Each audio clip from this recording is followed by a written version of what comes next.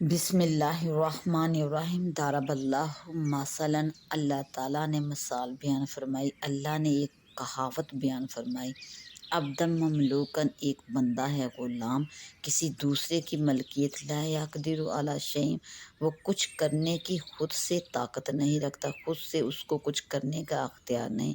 وما رزقناہ منا، اور ایک وہ ہے جسے ہم نے اپنی طرف سے رزق عطا فرمایا، رزقاً حسنا، اچھی روزی، اچھا رزق اپنی طرف سے عطا فرمایا. فہو ینفق، تو وہ اس میں سے خرچ کرتا ہے، فہو ینفق منہ، تو وہ اس میں سے خرچ کرتا ہے، سرًا و جہرا، چھپے اور ظاہر، تو وہ اس میں سے